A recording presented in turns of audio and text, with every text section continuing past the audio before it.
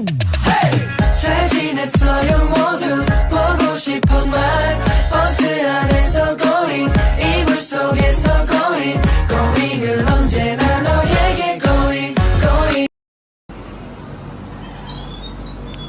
Selamat pagi dengan saudari Sahla. Ya, silahkan duduk. Ia adalah Sahla Alia, konten kreator dengan ribuan followers. Kembali lagi bersama Ducijal, Duta Celduk Jalan-Jalan. Yang ingin dikonsultasikan, ini sih Bu, jadi saya akhir ini saya tuh jarang tidur gitu kan, susah banget tidur, gak bisa tidur bahkan karena saya tuh jadi kan saya seorang ibu tahu rumah saya lah ya, saya seorang YouTuber juga sekaligus artis dan influencer juga. Jadi saya di YouTube itu views saya tuh berkurang akhir-akhir ini karena konten saya kayaknya udah gak menarik mungkin ya. Jadi saya tuh agak risau di situ dan nggak bisa tidur. Jadi tuh saya pengen ada obat sih Bu biar bisa tidur itu. Sama kayaknya saya agak sedikit bipolar gitu kali ya Bu ya. Karena saya suka tiba-tiba berubah-ubah dan saya kayaknya butuh obat deh Bu ya. Terus berarti mau saya resepkan obat atau bagaimana? Mau obat Bu, pokoknya mau obat biar bisa tidur. Oke, baik, saya resepkan obat nanti. Ini resep untuk saudari Ala. Saudari Ala bisa menebus resep ini di apotek terdekat.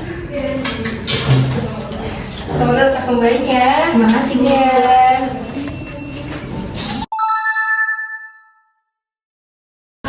Oh, udah selesai lah. Iya. Terus gimana lah? Tadi kan gue minta ini kan, lu tau kan kayak gue gak bisa gue tahu. Terus gue juga ngerasa emosi gue kayak gak bagus, kayaknya gue bipolar deh gitu kan. Terus gue kayak iya gitu, gue gak tahu. Cuman gue tadi minta obat aja karena gue ngerasa gue gak bisa tidur dan gue tuh ngerasa emosi gue gak stabil kan. Terus gue dikasih obat nih. Oh iya obatnya, lu konsul ke psikolog kan lah? Iya. Lah bukannya yang ngasih obat psikiater ya?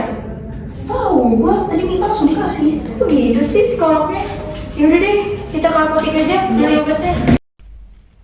Nah, dari video kasus yang telah dipaparkan sebelumnya, sebagai seorang psikolog maupun ilmuwan psikologi, sudah sepatutnya berpegang teguh kepada kode etik profesi psikolog Indonesia yang berlaku. Nah, dari video kasus yang telah dipaparkan sebelumnya, video kasus tersebut menunjukkan bahwa seorang psikolog melanggar kode etik profesi psikologi Indonesia, yaitu pasal 4 yang berbunyi,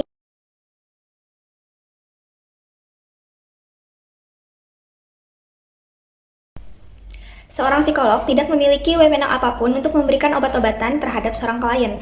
Pemberian obat-obatan itu merupakan wewenang penuh dari pihak profesional medis seperti dokter, khususnya psikiater. Nah, untuk psikolog sendiri itu hanya berwenang untuk memberikan intervensi psikologis seperti konseling, terapi psikologis, maupun asesmen psikologis yang berdasarkan keilmuan yang dipelajarinya. Dampak pelanggaran yang ditimbulkan akibat psikolog tersebut memberikan obat-obatan tidak hanya berdampak pada klien, akan tetapi juga bisa berdampak terhadap psikolog itu sendiri maupun profesi psikolog. Contohnya, dampak yang akan ditimbulkan terhadap klien adalah risiko kesehatan yang berasal dari ketidaksesuaian dosis obat maupun jenis obat ataupun indikasi obat yang diberikan dari psikolog yang tidak memiliki kemampuan di bidang medis. Selanjutnya juga ada dampak terhadap psikolog itu sendiri berupa sanksi etik dari organisasi profesi Himpunan Psikologi Indonesia atau HIMSI, dan bisa berlanjut menjadi sanksi hukum jika tindakan tersebut mengakibatkan kerugian serius pada klien. Selanjutnya juga bisa berdampak terhadap profesi psikologi, di mana pelanggaran yang dilakukan oleh psikolog dengan memberikan obat-obatan yang tidak sesuai dosisnya terhadap klien itu bisa merusak citra profesi psikologi serta mengurangi kepercayaan masyarakat terhadap psikolog dan menciptakan kebingungan antara peran psikolog dan peran psikiater.